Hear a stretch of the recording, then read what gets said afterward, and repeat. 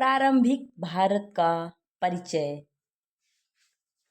आज हम पढ़ेंगे हिंदी का दूसरा भाग, प्राचीन भारतीय इतिहास के आधुनिक लेखक, उपनिवेशवादियों के विचार और योगदान।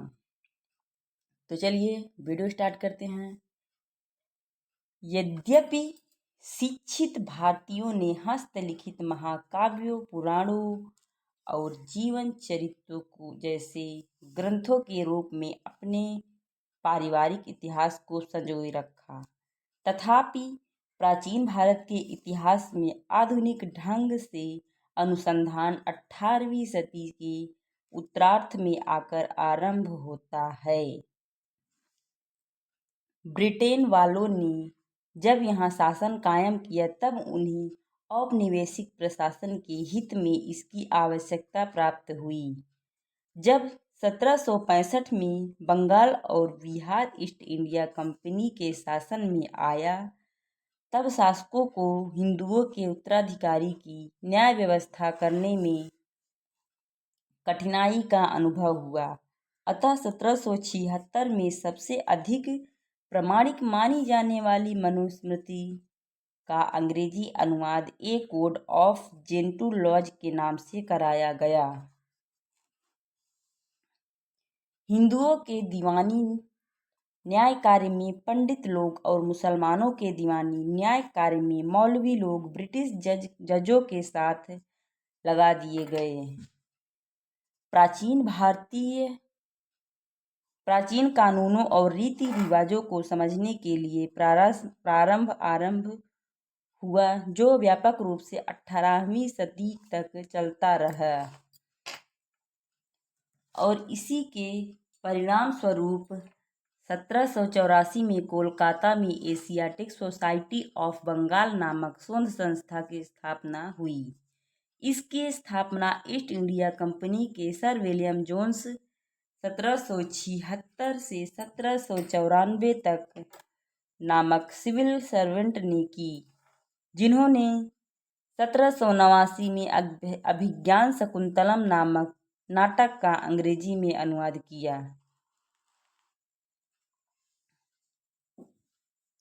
जबकि भागवत गीता का अंग्रेजी अनुवाद 1785 में विल्किंस ने किया। 1804 में मुंबई में एशियाटिक सोसाइटी की स्थापना हुई और 1823 में लंदन में Asiatic society of great Britain स्थापित हुई। विलियम जोन्स ने यह प्रतिपादित किया कि मूलतः यूरोपीय भाषाएं संस्कृत और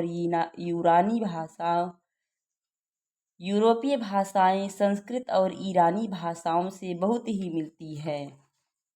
इस तथ्य की खोज ने जर्मनी, फ्रांस, रूस आदि यूरोपीय देशों में भारतीय विद्या के अध्ययन में गहरी रुचि जगाई। 19वीं सदी के पूर्वार्ध में इंग्लैंड तथा कई अन्य यूरोपीय देशों में संस्कृत के आचार्य पद चेयर्स स्थापित हुए। भारतीय विद्या अध्ययन को सबसे अधिक बढ़ावा दिया जर्मनी के सपूत एफ मैक्स मूलर 1823 से 1902 ने, जिनका अधिकांश जीवन इंग्लैंड में बीता। 1857 के विद्रोह ने ब्रिटिश शासकों की आंखें खोल दी। उन्हें महसूस हुआ कि जिन विदेशी लोगों पर उन्हें शासन करना है और उनके रीति रिवाजों और सामाजिक व्यवस्था का उन्हें गहन ज्ञान प्राप्त करना होगा। इसी तरह क्रिश्चियन मिशनों के धर्म प्रचारकों ने भी हिंदू धर्म की दुर्बलताओं को जानना आवश्यक समझा, ताकि वे धर्म परिवर्तन करा सके और इसके द्वारा ब्रिटिश साम्राज्य को मजबूत बना सके।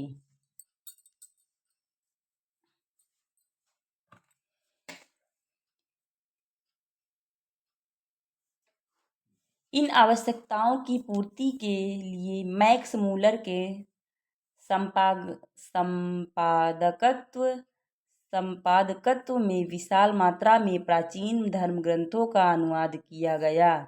ये अनुवाद sacred books of the east series में कुल मिलाकर 50 खंडों में, जिनमें कई खंडों के अनेक भाग भी हैं प्रकाशित हुए।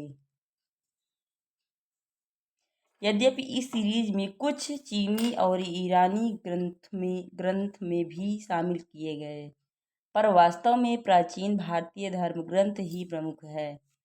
उपर्युक्त अनुवादों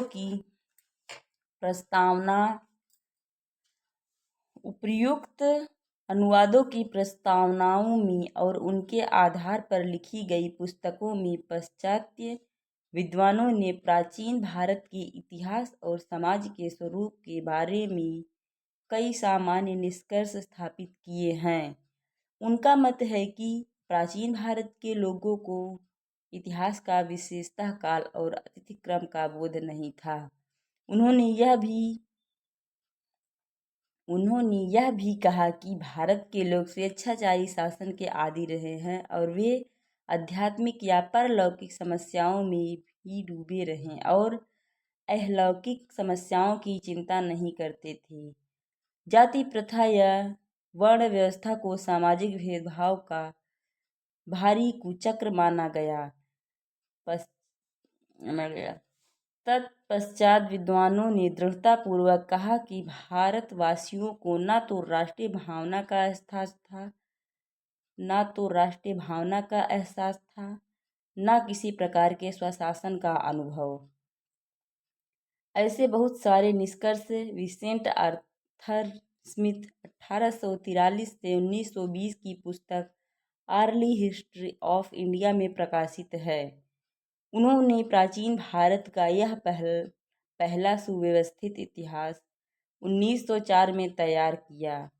उन्होंने यह पुस्तक उपलब्ध स्रोतों के गहन अध्ययन के आधार पर लिखी और इसमें राजनीतिक इतिहास को प्रधानता दी। यह लगभग 50 वर्षों तक पाठ्य पुस्तक का काम देती रही और आज भी विद्वान लोग इसका उपयोग करते हैं। इतिहास के प्रति स्मिथ की दृष्टि साम्राज्यवादी थी। इंडियन सिविल सर्विस के निष्ठावान सदस्य के रूप में उन्हें भारत में विदेशियों की भूमिका को उजागर किया। उनकी पुस्तक के एक तिहाई भाग में केवल सिकंदर का आक्रमण वर्णित है। इसमें भारत को स्वेच्छाचारी शासन वाला देश कहा गया है, जिसे ब्रिटिश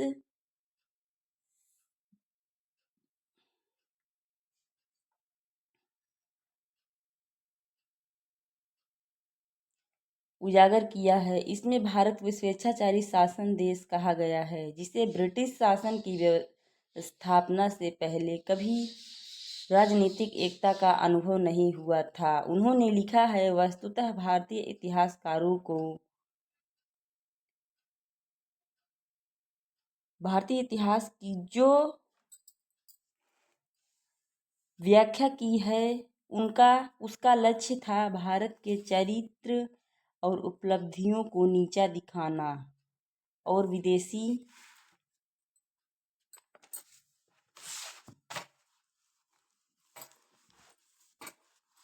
शासन को न्योचित ठहराना। इनमें कई निष्कर्ष कुछ मान्य भी प्रतीत होते हैं। उदाहरण के लिए चीनियों की तुलना में भारतवासियों ने तिथिक्रम का कोई प्रबल बोध नहीं दिखाया है। हालांकि आरंभिक व्यवस्था में कुछ महत्वपूर्ण घटनाओं का काल निर्देश गौतम बुद्ध की मृत्यु से किया हुआ मिलता है। फिर भी इन इतिहासकारों द्वारा प्रतिपादित निष्कर्ष या तो भ्रांत है या अत्युक्तिपूर्ण। ऐसे निष्कर्ष तो ब्रिटिश तानाशाही को कायम रखने की अच्छी प्रचार सामग्री का काम दे सकते थे। भारत में एक छत्र या एकाधिकारी शासन की परंपरा थी। ऐसा कहकर उन्होंने अपनी उस शासन पद्धति को न्योचित ठहराया जिसमें सभी शक्तियाँ वायसराय के हाथों में रहती थी। इसी तरह यदि भारत के लोग केवल परलोक की समस्याओं में डूबे रहते थे तो उनके अहलौकिक जीवन की देखभाल ब्रिटिश उपनिवेश अधिकारी लोग नहीं करेंगे तो और कौन करेगा। भारतवासी जिन्हें अतीत में स्वशासन का कभी अनुभव ही नहीं रहा, भला वर्तमान काल में अपना शासन आप कैसे कर पाएंगे। ऐसे सभी निष्कर्षों की भीतरी नियत यही दिखाना था कि भारतवासी अपना शासन आप करने में असमर्थ हैं। तो दोस्तों, आज सिर्फ यहीं तक, वीडियो बहुत बड़ा हो जाएगा। मिलते हैं किसी और प्यारी सी वीडियो के साथ। तब तक आप सभी विद्यार्थियों को नमस्ते, प्रणाम।